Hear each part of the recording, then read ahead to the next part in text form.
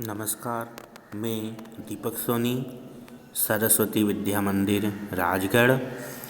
आज हम देखेंगे कक्षा 12वीं पद्यखंड वात्सल्य और स्नेह, सूर के बालकृष्ण, जिसके कवि है सूरदास। पद्यखंड 2 का दूसरा पद्यांश हम देखेंगे। इसमें पद्य देखते हैं हम, पद्यांश देखते हैं।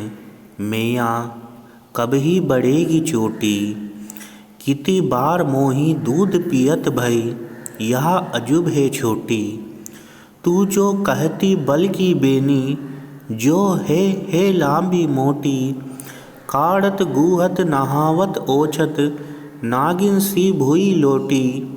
काँचो दूध पियावत पची पची, देत न माखन रोटी।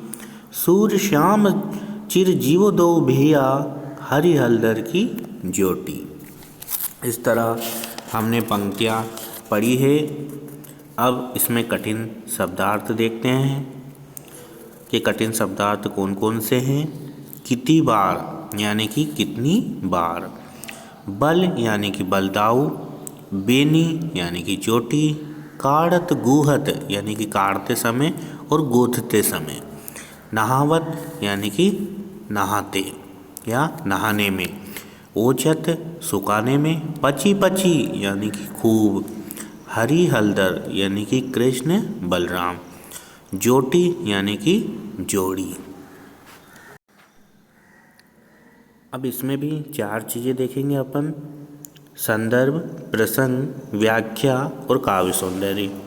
संदर्भ में हम लिखेंगे प्रस्तुत पद्यांश हमारी पाठ्य पुस्तक स्वाति के पद्यखंड वात्सल्य और स्नेह के सूर के बालकृष्ण से लिया गया है और इसके कवि सूरदास जी हैं। इसके बाद प्रसंग देखेंगे हम।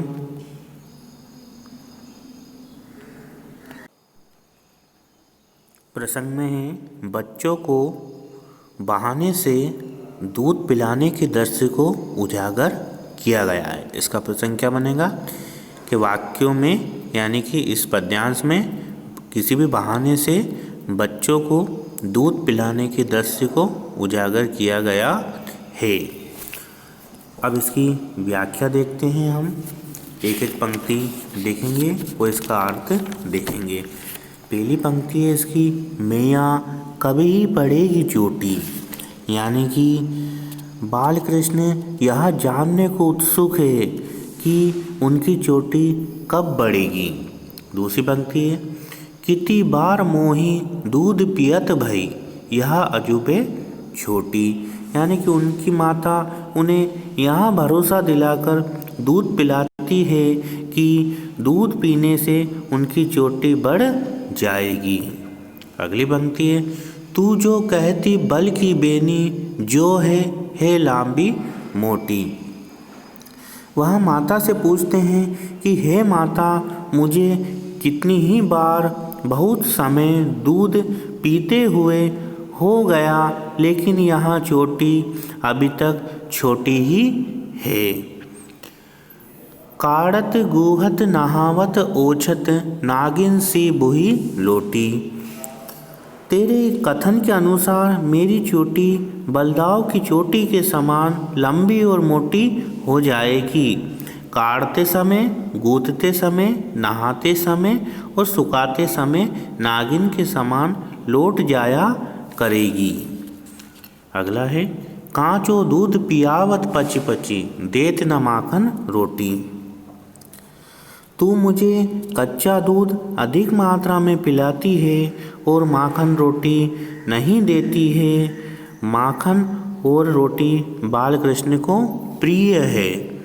अगली पंक्ति है, सूर श्याम चिर जीवो दो भैया, हरि हलदर की ज्योति। लेकिन वे नहीं मिलते हैं, यानी कि माखन रोटी उनको प्रिय है पर उनको नहीं मिलती है। चोटी बढ़ने की लालसा से उन्हें गाय का कच्चा दूध पीना पड़ता है। और सूरदास जी कहते हैं कि माताएं बलाएं देने लगी है और कहने लगी है कि हरि और हलदर दोनों भाइयों की जोड़ी चिरंजीव हो। इस तरह हमने इसकी व्याख्या देखी। अब देखेंगे काव्य सौंदर्य। काव्य सौंदर्य में जो प्रसंग में लिखा है, एक पॉइंट तो वही लिखना है अपन को कि बच्चों को किसी बहाने से दूध पिलाने के दृश्य को उजागर किया गया है। इसमें सूरदास जी ने लिखा है तो कौन सी भाषा है, ब्रज भाषा का प्रयोग किया गया है। और इसमें तुलना हो रही है, और तुलना हो रही है तो कौन सा अलंकार होगा, उपमा अलंकार होगा। इस तरह से हमने संदर्भ देखा, प्रसंग देखा, व्याख्या देखी और काव्य सौंदर्य देखा। धन्यवाद।